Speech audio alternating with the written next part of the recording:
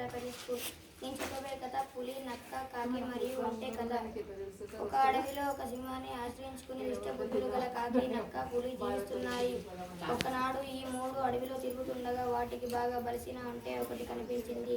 దాని దగ్గరకు వెళ్ళి, ఎవరు నువ్వు? ఏ శత్రురాజైనా నేను పంపించాడా అంటూ ప్రశ్నించాయి. వాటి మాటలకు బెదిరిన ఒంటె, అబ్బే, నా యజమాని నన్ను తీసుకొని సంతకు పోయాడు. అక్కడ నేను దారి తప్పి ఎటుపోవాలో తెలియక మీ అడవికి చేరుకున్నాను. రేపో మాపో నా కోసం వెతుకుతున్న యజమాని వస్తాడు. అప్పటి వరకు ఈ అడవిలోనే ఉన్నామనుకుంటున్నాను అని చెప్పింది. ఆ మాటలకు ధైర్యం తెచ్చుకున్న మూడు దానిని తీసుకువెళ్ళి సింహరాజా సమక్షంలో నిలబెట్టాయి. సింహానికి దాని సంగతినంతా చెప్పాయి. అప్పుడు సింహం, నీ యజమాని వచ్చే వరకు మా ఆశ్రయంలోనే కాలం గడుపు, నీకేం భయం ఉండదు అన్నది టీవీగా. అప్పటి నుండి ఉంటే వాటి దగ్గరే ఉండసాగింది. ఈ మూడింటికి మాత్రం దాన్ని చూస్తేనే నోట్లో నీరూరేవి. అప్పటి నుండి పులి ఒంటెను ఎలాగైనా చంపడానికై అనుక్షణం ఎదురు చూడసాగింది.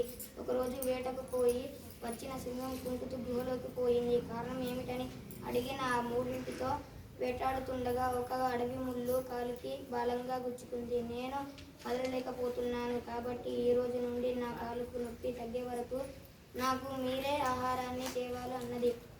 ఇన్నాళ్ళు సింహం వేటాడిన జంతువులు మాంసం తినడం, చెరగడం తప్ప మరో పని చేయడం అంటూ ఎరగని ఈ మూడింటికి సింహం మాటలతో గొంతులో పచ్చి వెలకాయ అడ్డం పడ్డట్లు అయింది. సింహం ఆజ్ఞ చచ్చినట్లు అమలు చేయాలి. Very good, excellent.